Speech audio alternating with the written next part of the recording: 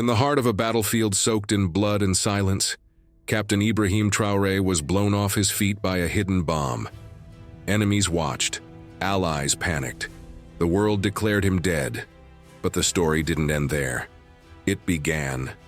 This is the true story of a man who refused to fall, who turned his shattered body into a shield, and his pain into power. What happened after the explosion would rattle empires, expose lies, and awaken a continent.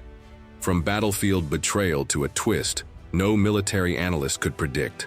Watch how one leader flipped defeat into history's loudest comeback.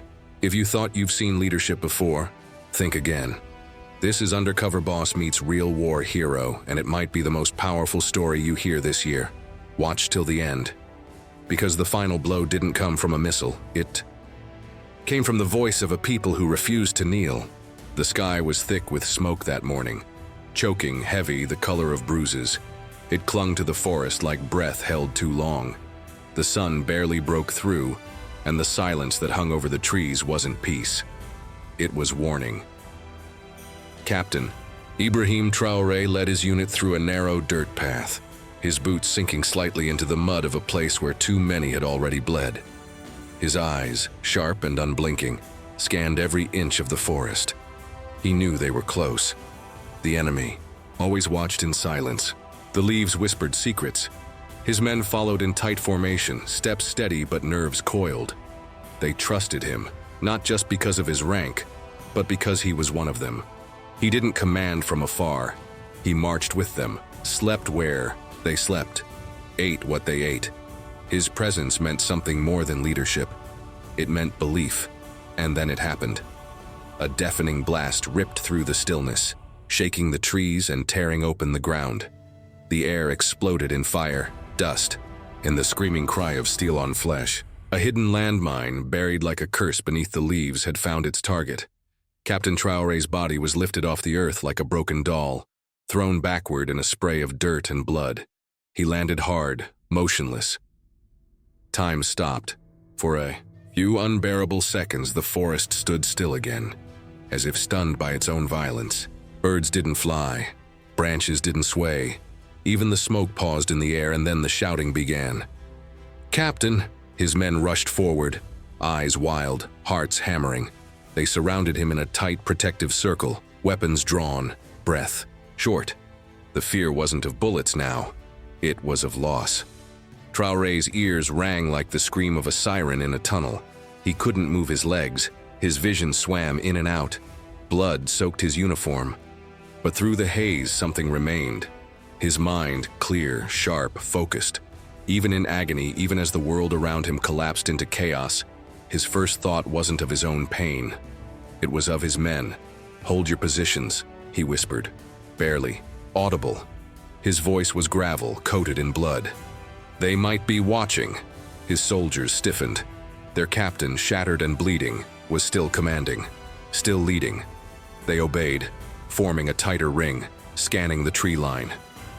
Fingers on triggers, eyes locked. No one breathed too loud, but no second blast came, no ambush, only silence, thick and suffocating. Trari lay on the ground, his body broken but spirit unyielding.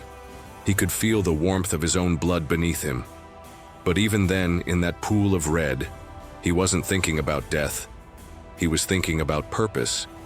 He had chosen this path, not because it was safe, but because it was necessary. He had marched into fire for people who couldn't defend themselves. He had stood between terror and the innocent.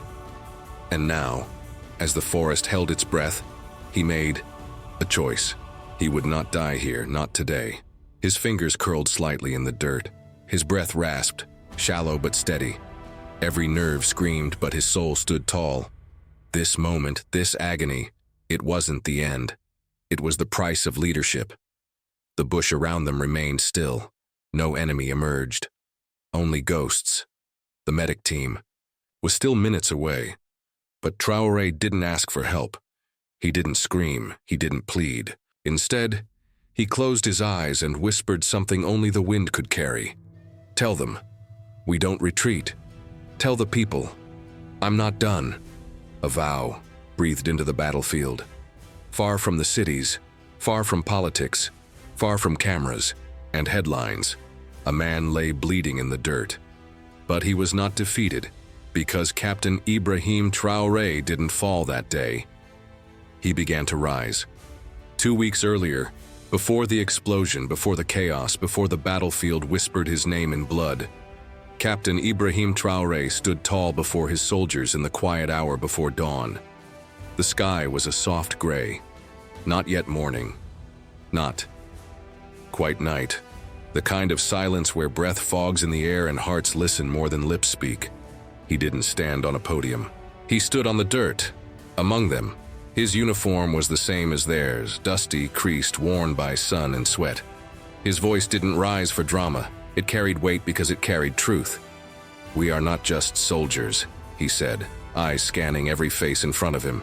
"We are the voice of those who cannot speak, the shield of those who have no armor. Terrorism will not define our land. We will." The men didn't cheer. They didn't need to.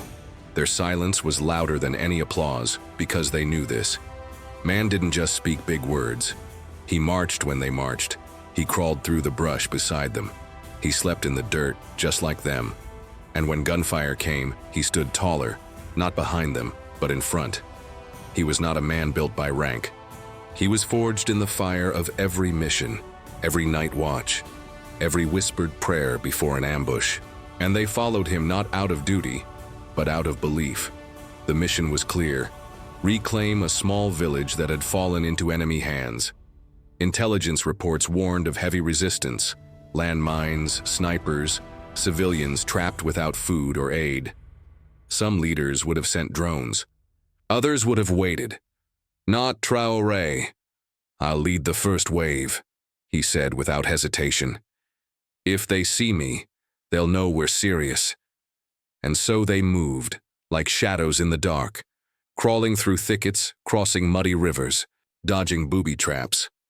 Every step forward came at the cost of breath and fear, but they pushed on.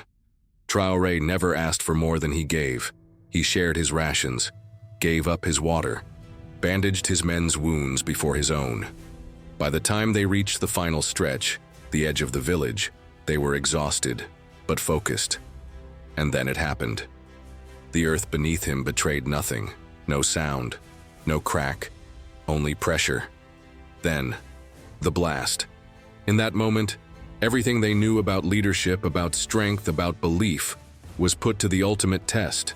The man who led from the front had fallen, but no one watching that day doubted one thing: he fell for them. The minutes after the blast felt like hours. Captain Ibrahy Trari lay motionless, half buried in dirt and smoke. His blood soaked into the earth, staining the very ground he had vowed to protect. His eyes blinked slowly, blurred by dust, and his legs refused to move. His body trembled with every breath, but his heart, it beat barely but steadily, like a drum that refused to surrender. Around him, his soldiers hovered in chaos. One shouted for medics, another knelt, brushing dirt from the captain's face. They were soldiers, trained, hardened. But in that moment, they looked like boys. Again, boys watching their pillar crumble. "Captain, hold on, we've got you." No answer, just the soft hiss of his breath and the warm stream of blood trailing from his leg. Then faintly, a whisper. "Don't. Stop." They leaned closer. "Keep moving. Finish the mission." Even broken, even barely alive, his words struck, deeper than gunfire. Their captain wasn't pleading for help. He was issuing an order, not to save him, but to save the mission. His command pierced the noise. This was their leader, unshakable, unselfish, unyielding. Far from the front line, a specialized rescue corps heard the call. "Captain down." They moved like shadows through the jungle, fast, focused, fearless. This wasn't a retrieval. It was a rescue, a promise. Within minutes, they found him surrounded by his men, who had formed a human barricade around their wounded commander. "Clear the area." The lead medic barked. "We've got him." They worked fast, bandages wrapped, vitals checked, painkillers injected. Traore flinched but didn't cry out. His jaw clenched, his fists balled. But his eyes, those unwavering eyes, never shut. "You're safe now, Captain," the medic said. "We're taking you out of here." "No." His voice cracked, dry as ash. "Don't pull me back, just fix me." "Enough." The medic hesitated. "Sir, you've got fractures, shrapnel, blood loss. You need surgery." Trari didn't blink. "I can still fight." It wasn't bravado, it was belief. They had no time to argue. With practiced precision, they lifted him onto a stretcher, strapped him in, and moved. As they crossed back toward the triage tents, dodging fallen trees and the scent of smoke, one soldier ran alongside. "Captain," he whispered, "what should we tell the others?" Trari gripped his arm with surprising strength, his eyes locked in. "Tell them." A pause. "We don't retreat." A breath. "Tell the people." Another pause. "I'm not done." Then his head leaned back, his eyes fluttering closed, but his words stayed behind, echoing louder than any explosion. While Captain Ibrahy Trari fought to stay conscious inside a field tent far from the front, something far more dangerous was unfolding outside. The forest had gone eerily quiet. The enemy, hidden deep in the trees and caves, had been watching everything. They had seen the explosion. They had seen the rush of medics. They had seen the blood. And then they made a fatal misjudgment. From a perch high on the ridge, an enemy commander observed the chaos through binoculars. He zoomed in, locked his gaze on the motionless figure being carried away, and smirked. "The captain is down," he said into a small radio. "He's not moving, no signs of life." Within minutes, encrypted messages were fired off through secure networks. Radios clicked, satellites beamed. Screens flickered in dimly lit rooms far from the battlefield. "Trey has been neutralized. Repeat, the captain is dead." In enemy camps, cheers broke out. Fighters fired their rifles into the sky, celebrating with a hunger that had nothing to do with food. Bonfires were lit. Chants erupted in languages not born of joy, but of control. To them, this wasn't just the death of a man. It was the death of resistance, but it didn't stop there. Thousands of miles away, in silent rooms tucked behind the polished glass of global power, a different kind of reaction unfolded. A Western intelligence operative leaned back in his chair, eyes fixed on a digital screen that blinked red with confirmation. "Captain Trari, terminated." He smiled. "He was a threat," someone muttered. "Too symbolic," said another. "Too dangerous." Champagne glasses clinked. They thought the job was done, that the pulse of African resistance had flatlined in a pool of jungle blood. They had long feared him, not because of his weapons, but because of what he represented: dignity, unity, a leader who couldn't be bought, silenced, or controlled. Trari was not just a commander. He was a living symbol that their grip on the continent was slipping. And so, when news of his death reached them, they didn't just relax. They exhaled. They believed they had finally crushed the fire, but in their arrogance, they forgot one truth: real legends don't die when their hearts stop. They die only when people stop believing. And Ibrahim's people, they hadn't stopped, not even close. Because just beyond the trees, in a tent buzzing with medics and murmured prayers, a heartbeat still whispered defiance. Captain Trari was still alive, and soon the entire world would know just how wrong they were. Inside the medical tent, the hum of machinery mixed with frantic voices. The smell of antiseptic couldn't mask the metallic scent of blood. Doctors worked quickly, their hands moving like dancers over wounds, gauze, clamps, and sutures. Captain Ibrahy Trari lay on a stretcher surrounded by chaos. His uniform was soaked in red, torn where shrapnel had ripped through muscle. His pulse was weak, but present. One leg refused to move, and pain radiated through his chest like fire licking every rib. And yet, his eyes were open. Not fully, but enough. Enough to see light. Enough to know he was not dead. Not yet. A medic leaned close, whispering as if to ghost. "Captain, can you hear me?" A flicker of movement, then barely a breath, but a voice. "Where's the captain of the 2nd unit?" Trari rasped. The medic blinked. "He's outside, sir, waiting for news." Bring him, now. They hesitated, but orders were orders, even from a dying man. Seconds later, a young officer stepped inside, nervous, trembling, his boots still muddy, his eyes wide with fear and awe. He had never seen his commander like this, wounded, pale, yet more powerful than ever. Captain Trari gritted his teeth through the pain. "You take command of the front line," he said. The officer hesitated. "But Captain, no excuses," Trari snapped, each word a knife of willpower. "You're me now, lead them.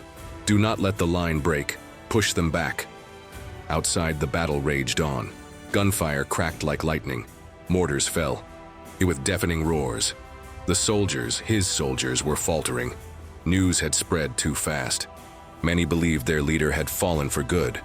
Some had lowered their weapons. Some were thinking of retreat. But just as fear threatened to break the backbone of resistance, a shadow moved through the tent. Supported by 2 medics, Captain Ibrahy Trari stood. He staggered, one leg dragging, blood still fresh on his face, but his back straight. His eyes burning. He stepped into the daylight, the sky roaring with distant fire, and he shouted, not with pain, but with purpose, "I'm not dead, and neither is Bokhina." Soldiers froze. Some dropped to their knees. Others wept. A wave of electricity surged through the front lines. Doubt turned to courage. Panic turned to fire. Guns rose again, not out of rage, but resolve. Because the man they followed into war was still standing, and so were they. The smoke parted just enough to let light through, like a curtain drawn back on the stage of history. And there, limping but upright, stood the man they all thought had fallen, Captain Ibrahy Trari. Blood stained his uniform. One leg dragged, stiffly behind him. Pain etched deep lines across his face, but his eyes, those burning, defiant eyes, swept across the battlefield like a signal flare, and then his voice rang out, louder than any mortar blast. "I'm not dead, and neither is Bokhina." Silence fell. For a split second, even the enemy guns seemed to pause, and then everything changed. His soldiers, dazed and shaken moments ago, now found breath again in their lungs. One by one, they stood straighter, gripped their weapons tighter. The fear that had begun to creep into their hearts evaporated in an instant. A sergeant near the front shouted, "He's alive!" Another echoed, "Captain Trari is on the field!" And with that, the tide turned. They weren't just fighting back now. They were rising, fueled not by command, but by something deeper, belief. Because this wasn't just a captain returning. It was a symbol reborn, a living challenge to fear, to fatigue, to the idea that they were already defeated. Trari motioned to the nearest officer. "Status? Enemy forces advancing fast. They're throwing everything at us, missiles, RPGs, trucks. They think we're broken." The captain gritted his teeth. "Then they're not ready for what happens next." He turned to the command post, his steps shaky but determined. Inside, radar operators called out coordinates. Red dots blinked across the screen. Dozens of them, missile clusters, armored vehicles. Incoming. A tech officer looked up, pale. 17 high-velocity missiles locked on our command zone. Estimated impact in 4 minutes. Trari didn't flinch. Instead, he turned to Captain Enelo, the young officer he'd appointed minutes earlier. "Get everyone to shelter. Long flank. Pull the wounded. Go. But no arguments. I'll stay with the last line." Enelo saluted and sprinted out. Trari stood there, alone in the command room, eyes scanning blinking lights that promised death. Outside, his men were scrambling, moving the injured, setting new lines, resetting their hearts. Because even in such chaos, they knew they had a reason to stand. And far beyond the battlefield, the enemy celebrated too soon. They thought the resistance had crumbled. They thought the captain had fallen. But now they would learn what happens when a man refuses to die and brings a nation back to life with him. The radar screen pulsed red. A single blinking dot moved faster than anything they had ever seen. Unnatural, silent, relentless. "Unidentified projectile," the tech officer whispered, sweat beading on his forehead.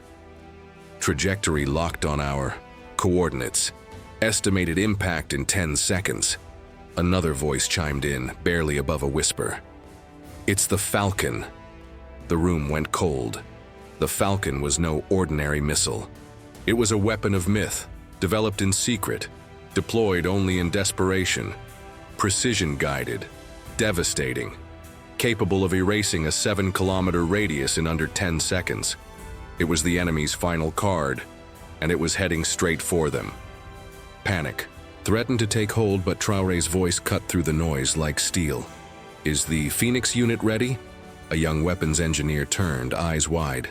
Sir, it's never been tested in actual combat. Traore's eyes didn't blink. Then we test it now. The Phoenix was their answer. A prototype interception system, half science, half hope. It used triangulated satellites, guided magnetic pulses, and high-torque pivot launchers to do one thing: catch the devil and throw it back. As the countdown hit 5, the room locked into motion. Coordinates locked. Pulse activated. Target acquired. At 2 seconds to impact, the Phoenix fired. A blinding burst of energy shot into the sky, invisible to the eye but loud in the bones. The Falcon missile, just moments from striking, twitched, then stalled, then turned. Every man in the room held his breath. On the radar screen, the red dot spun around, now moving away from them, back toward the source. Traore's voice, calm but thunderous, filled the silence. Return to sender. The room erupted. Some cheered. Others cried. But Traore wasn't finished. He stepped to the communication console. Send in the Black Wave. The Black Wave wasn't defense. It was wrath. A coordinated drone and missile counterstrike built for one thing: obliteration. Moments later, the redirected Falcon missile struck the enemy command site. Panic ignited. And then the sky opened. Burkina's Black Wave descended like judgment. Dozens of drones sliced through the clouds, launching precision missiles into bunkers, towers, launchers, and every secret corridor they had dug. The ground split. Flames roared. Metal screamed. When the dust settled, there were no more blinking dots on the screen. No more signals. No more commands. Only silence. Traore stood before the screen and exhaled. Not in relief. In resolve. They came to bury us, he said. But we sent them back in pieces. And from that day forward, the world would know. Bokhina Fasho doesn't just survive. It fights back. When the fire died down and the last drone returned to base, the battlefield went still. Not with fear, not with defeat, but with something far more powerful. Victory. Captain Ibrahy Trari stood at the edge of the command zone, still wounded, still limping, but upright. Behind him, his soldiers knelt in prayer, hugged each other, or simply stared into the smoky distance, unable to fully grasp what they had survived, what they had won. There were no anthems, no fireworks, just a quiet sunrise over scorched soil, and a silence that spoke volumes. And yet, the world was already beginning to react. In villages across Bokhina Fasho, news of the turnaround spread like wildfire. At first whispers, then cheers, then celebrations. In remote towns where televisions were rare, people crowded around radios, listening to the voice of a man they believed was dead, and now lived again. But this story wasn't just traveling by airwaves. It was traveling by spirit. In Mali, in Niger, in Guinea, groups of young men gathered, holding makeshift banners bearing Traore's name. In markets, in schools, in mosques and churches, the phrase echoed, "He stood when death tried to keep him down." In military academies, instructors began using the Falcon Phoenix battle as a case study in asymmetric warfare. In war rooms far outside Africa, generals whispered with unease. "What do we do?" one asked, "when a symbol becomes stronger than any weapon?" But perhaps the most powerful moment happened weeks later. Traore stood once again before his people, not as a wounded hero, not as a celebrated general, but as a servant of the soil. He wore no medals, no crown, only his worn uniform and the dust of a battlefield he never meant to survive. "This victory," he said, voice steady, "is not mine. It belongs to those who believed when belief was dangerous, to the mothers who waited, to the children who prayed, to the fallen whose names we carry like shields. He paused. The enemy tried to kill a man, but they awakened a movement, and he was right.